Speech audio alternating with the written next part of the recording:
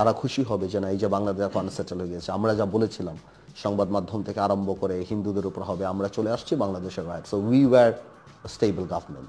এইটা ছাড়া আওয়ামী লীগের কিচ্ছু নাই। আন্দালিব রহমান পার্থ বাংলাদেশ তরুণদের মধ্যে অনেক অনেক বেশি জনপ্রিয়, কারণ তিনি বাস্তবমুখী কথা বলেন আর তিনি সবসময় সত্যি কথাটাই বলেন। এই জন্য তার বাস্তবমুখী কথার জন্য অনেকে তার ফ্যান হয়ে গেছে। তরুণ প্রজন্মের অনেকে আছে যারা তার কথা শুনতে অনেক অনেক বেশি পছন্দ করে। সো হাই এভরিওয়ান, আমি স্মৃতি তোমাদের জন্য নিয়ে এসেছি আন্দালিব রহমান পার্থের একটা reaction video. So let's start it. বাংলাদেশের হিন্দু কমিউনিটিরাও বুঝে এটা আওয়ামী ট্র্যাপ, বাংলাদেশের সবাই একসাথে এই জিনিসটা মোকাবেলা করতে হবে। আওয়ামী লীগ রাজনীতিতে তো দূরের কথা, মানে মানুষের মন থেকে আরো বেশি ঘৃণা জায়গায় চলে যাচ্ছে। না, এটা তো আসলে খুব দুঃখজনক। এই ব্যাপারটা ভারতের আমাদের ব্যাপারে কথা বলার অনেকগুলি রিজন আছে। একটা হলো ভারতের পলিসিটা যেভাবে ফেল করেছে আমাদের এখানে, ওদের যে ইন্টারন্যাশনাল পলিসি যেটা ছিল সেটা শুধু আমাদের এখানে না, ওদের নেপালে ফেল করেছে, শ্রীলঙ্কাতে ফেল করেছে, মালদ্বীপসে যে নতুন প্রধানমন্ত্রী মুইজিউ সেখানে করেছে, নেপালে যে ওলি প্রধানমন্ত্রী সেখানে করেছে। সো ভারত কেন জানি আমাদের সাথে কেন কোনো নেইবারের সাথেই সম্পর্কটা মেনটেন করতে পারে নাই।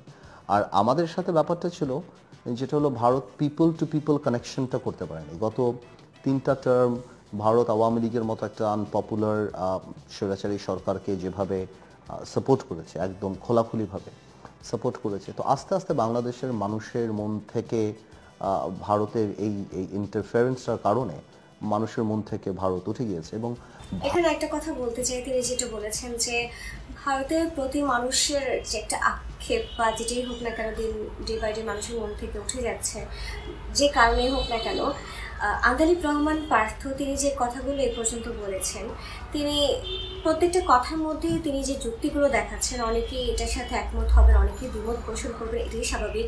একটা রাজনীতিবিদ যিনি থাকবেন তার কথা যে সবসময় 100% মানুষ গ্রহণ করবে জিনিসটা এমন না, সেখানে নেগেটিভ পজিটিভ দুটোর ইম্প্যাক্টও অনেক বেশি থাকবে। কিন্তু আমি যেটা দেখেছি তিনি তরুণ প্রজন্মের মধ্যে অনেক অনেক বেশি পপুলার, তার কথা বলার ধরন, তার স্পষ্টভাষী সবাই অনেক বেশি পছন্দ করে। আর যেটা আমরা আগেও দেখেছি, তিনি হচ্ছে এত বড় একটা বন্যার কাছে সেখানে তিনি ত্রাণ বিতরণ করেছেন, তিনি যথেষ্ট চেষ্টা করেন মানুষের পাশে দাঁড়ানো, মানুষকে বোঝার, মানুষের কষ্টটা নিজের কষ্ট করে নিতে, এমনটাই চান তিনি। আর এই জন্য অনেকে তাকে অনেক অনেক বেশি পছন্দ করে আর সাপোর্ট করে। তো বাকিটুকু দেখি। ভারত তার ইন্টারন্যাশনাল পলিসিটা ফেল করার কারণে ভারত তার লোকাল পলিটিক্সে, যেটাকে আমরা বলি কুকি পয়েন্ট, এটার জন্য ভারত ধর্মটাকে ব্যবহার করছে, রিলিজিয়ন কার্ড। ভারত প্রমাণ করার চেষ্টা করছে যে বাংলাদেশে হিন্দুরা খুব ডিফিকাল্ট সিচুয়েশনে আছেন এবং ভারত এদেরকে সাপোর্ট করছেন, যার কারণে ভারতে অবস্থিত যারা হিন্দু আছেন তাদের মধ্যে তাদের একটা অবস্থান দাঁড়াবে। তো এটা তো এই ভারত সরকারের রিলিজিয়ন নিয়ে পলিটিক্স করাটা তো প্রথম থেকেই ছিল। আমার অবাক লাগে যে মমতা ব্যানার্জিও এই ট্র্যাপে পড়ে গিয়েছে, যে ওই হিন্দুদের ভোট পাওয়ার জন্য যেমন একটা ভাবে, যেন ভারতের কিছু মিডিয়া আপনি দেখবেন যে যা। আমি জাস্ট এখানে ইন্টারাপ্ট করতে চাই একটা বিষয় নিয়ে, যে ময়ূক সেই সাংবাদিকের কথা যদি বলি, তিনি এত রসালোভাবে বা মলম বিক্রেতাদের মতো তিনি যে বাংলাদেশকে নিয়ে নিউজগুলো করেছেন যে বাংলাদেশের হিন্দুরা কষ্টে আছে, এটা আছে সেটা আছে, যেটা একদমই মিথ্যা কথা, যেটা দুদেশের সম্পর্ককে নষ্ট করে দিতে অনেক বেশি কাজ করছে। জিনিসটা খুব বেশি খারাপ। না জেনে না বুঝে মিথ্যা একটা নিউজকে এইভাবে প্রচার করা, জিনিসটা খুব খুব বেশি দুঃখজনক। ইভেন কলকাতার মানুষরাও যখন বাংলাদেশে এসেছে বা বাংলাদেশের মানুষরা যখন কলকাতায় যাচ্ছে, তখন আমি দেখলাম তাদের সাক্ষাৎকার নেওয়া হচ্ছিল যে আচ্ছা বলেন তো বাংলাদেশের হিন্দুরা কেমন আছে।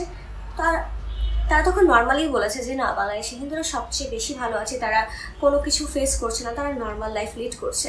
কিন্তু দেখা যায় ওই ময়ূক যিনি আছেন সাংবাদিক, তাকে কেউই দেখতে পারে না, বাংলাদেশ হোক বা কলকাতা হোক। কলকাতার অনেকেই জানে যে এই ময়ূককে কেউ পছন্দ করে না, বাংলাদেশও পছন্দ করে না, ইভেন কলকাতাও পছন্দ করে না, কারণ তিনি দুই দেশের সম্পর্কটাকে কেন নষ্ট করতে চাচ্ছেন আই ডোন্ট নো, বাট তার এটা করা একদমই ভালো না, তার প্রফেশনালিজমের সাথে এটা যায় না। তিনি যে কোনো একটা নিউজ পাবেন সেটাকে আগে যাচাই বাছাই করবেন, তারপর তিনি বলবেন, বাট না, তিনি কেন ইস্যুটাকে এটা বাড়াচ্ছে আই ডোন্ট নো। তাকে নিয়ে অনেক অনেক ট্রোল হয়েছে, কলকাতায় ট্রোল হয়েছে, বাংলাদেশে অনেকে তাকে নিয়ে ট্রোল করেছে।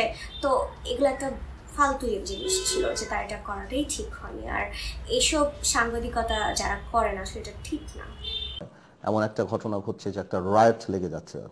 তো এটা ভারত ক্যাপিটালাইজ করছে। আর আওয়ামী লীগ যেহেতু এত আনপপুলার একটা দল, তারা 5ই আগস্ট সেখানে পালিয়ে গিয়েছে বা সেখানে যারা আছে তারাও ওই ভারতকে বোঝানোর চেষ্টা করছে।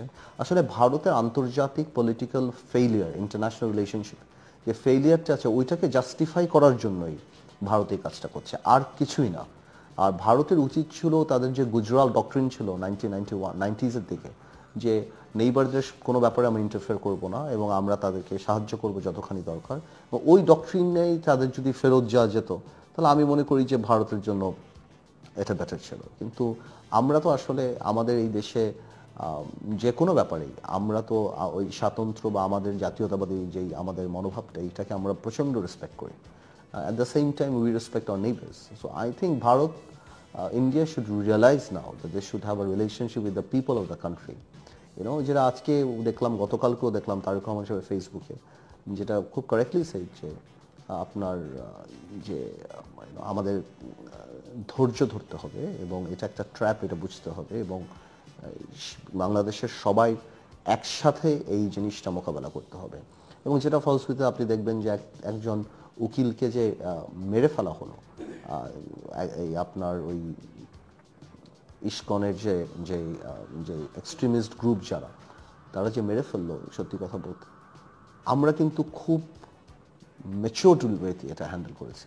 সারা বাংলাদেশের মানুষ এটাকে যেভাবে হ্যান্ডেল করেছে, কারণ আমরা সবাই জানি এটা আওয়ামী ট্র্যাপ, এটা আওয়ামী লীগ ওপারে বসে বসে আমাদের দেশকে আনসেটেল করার একটা চেষ্টা করছে, এবং এতে করে আওয়ামী লীগ রাজনীতিতেই তো দূরের কথা, মানে মানুষের মন থেকে আরও বেশি ঘৃণা জায়গায় চলে যাচ্ছে একদম। সো এটাকে ভারতেরও কিছু উইংকে তারা সাথে নিয়ে নিচ্ছে। আমি মনে করি যেটা বাংলাদেশের প্রত্যেকটা মানুষ বুঝে এবং বাংলাদেশের হিন্দু কমিউনিটিরাও বুঝে যে কোনোভাবেও এই ট্র্যাপে আমরা ধরা পড়বো না ইনশাল্লাহ। আমরা ওরা যে যাই বোঝানোর চেষ্টা করুক, এটা ইম্পসিবল। বাংলাদেশের মানুষ, এই 18 কোটি মানুষকে আপনি এভাবে কোনোভাবে আপনি ডমিনেট করতে পারবেন না, এখানে কোনো রাইটের ব্যবস্থা করে অসম্ভব। আমরা জানি এই ট্র্যাপটা কাদের, এই সরকারকে আনসেটেল করলে কার সুবিধা, কারা বেনিফিট পাবে, এটা আওয়ামী লীগ সরকার যেটা করছে।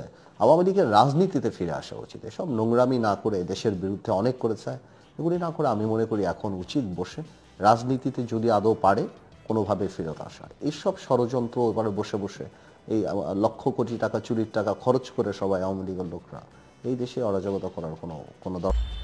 একটা কথা বলি যে সেই সময়টার পরে বাংলাদেশ এত বেশি অস্থিতিশীল হয়ে গিয়েছিল যে এই ডাকাতি, এই ছিনতাই, এটা সেটা, মানে অন্যরকম একটা, তারপর ইন্ডিয়ান র, সব কিছু মিলিয়ে না বাংলাদেশকে এত বেশি অস্থিতিশীল করতে চেয়েছে যে বিষয়টা বাংলাদেশের মানুষ আসলে বুঝতে পেরেছে হয়তো, বা খুব ভালোভাবে টেকেল করেছে জিনিসটা, খুব ভালোভাবে জিনিসটাকে মোকাবেলা করেছে। তো বাট ওই সময়টা অনেক বেশি ভয়ানক ছিল, অনেক বেশি ভয়ভীতি ছিল। আমি যদিও কোনো রাজনীতির পক্ষে না, তো আমি কোনো দল না, কোনো কিছুই আমি করি না, বা আমি কোনো কিছুই আমি নাই, বাট তারপরও দেখা যায় যে সেই জিনিসগুলোতে কথা না বলে আসলে থাকা যায় না। দিন শেষে সেই টপিকগুলো চলেই আসে মানুষের দৈনন্দিন লাইফে। তো এই জন্যই আসলে বলে না যে দেশকে নিয়ে আসলে সবার ভাবা উচিত কথাটা বাস্তব। মানে এটা ঠিক না, আমাদের জন্য এটা ঠিক না। না, ভারত শুড রিয়েলাইজ যে ভারতের এই, আমি আপনার প্রশ্ন বুঝতে পারি, ভারতের এটা উপলব্ধি করা উচিত যে বাংলাদেশের মানুষের সাথে ভারতের সম্পর্ক করা উচিত। আর সেই ক্ষেত্রে ভারত তাহলেই, দেখেন আমরা তো আর আমাদের প্রতিবেশী তো, we can't choose our neighbours, neighbours are there. So ভারতের এটা রিয়েলাইজ করা উচিত, এবং আপনি যেটা বললেন যে আমাদের দেশের মানুষের সাথে সম্পর্কটা মেনটেন করা উচিত। এমন কারোর সাথে সম্পর্ক মেনটেন করা উচিত নয় যিনি বাংলাদেশে মানুষ যাকে প্রত্যাখ্যান করে, এমন কোনো দলের সাথে না। আমার কথা হলো ভারতের ওই স্বপ্নটা আমার মনে হয় না যে এখন আপাত দৃষ্টিতে আমি দেখি না সেটা পূরণ হবে। কোনো দলের সাথে তো সম্পর্ক করা দরকার, আমরা পৃথিবীতে বিশ্বাসই করি না। আমরা মনে করি ভারত আমাদের সাথে সম্পর্ক করুক, বাংলাদেশের সাথে সম্পর্ক করুক, বাংলাদেশের মানুষের সাথে সম্পর্ক করুক। একবার একটা ভোট চোর একটা রাজনৈতিক দলকে বারবার ক্ষমতায় নিয়ে সাপোর্ট করে আপনি যদি মনে করেন আপনি ফায়দা নেবেন, হ্যাঁ না, সেটা সম্ভব না, সেটা শেষ, দ্যাট চ্যাপ্টার ইজ ক্লোজড। বাংলাদেশের মানুষরা বুঝে, আর স্পেশালি এই রিজিম যখন ওপারে চলে গেছে, ভারতে আশ্রয় পেয়েছে, তখন মানুষ আরও বুঝে গিয়েছে যে এটা একটা ভারতেরই সরকার ছিল। সুতরাং আমার মনে হয় ভারত একটা গ্লোবাল পাওয়ার। হ্যাঁ, ভারতের এখন এই ইন্টারন্যাশনাল পলিটিক্সে ভারতের এই ম্যাচুরিটি আসলে, মানে ভারত তো ফেল করছে সব জায়গায়, শ্রীলঙ্কায়, পাকিস্তান, নেপাল, মালদ্বীপস, এভরিওয়্যার। এই তো এই পুরো জিনিসটাই হচ্ছে যাতে বাংলাদেশে হয়। আপনি ওখানে যা যা দেখছেন এগুলি ওদের ট্র্যাপটাই হলো যাতে এটার রিয়াকশনটা বাংলাদেশে হয়, তাহলেই তো ওখানে যারা আছে তারা খুশি হবে যে না, এই যে বাংলাদেশ এত আনসেটেল হয়ে গেছে, আমরা যা বলেছিলাম সংবাদ মাধ্যম থেকে আরম্ভ করে হিন্দুদের উপর হবে, আমরা চলে আসছি বাংলাদেশের right, so we were stable government. এইটা ছাড়া আওয়ামী লীগের কিচ্ছু নাই পৃথিবীকে দেখানোর জন্য যে আমরা না থাকলেই বাংলাদেশে অরাজকতা হবে। তো এই কারণেই আওয়ামী লীগ এই জিনিসটা চলমান থাকবে।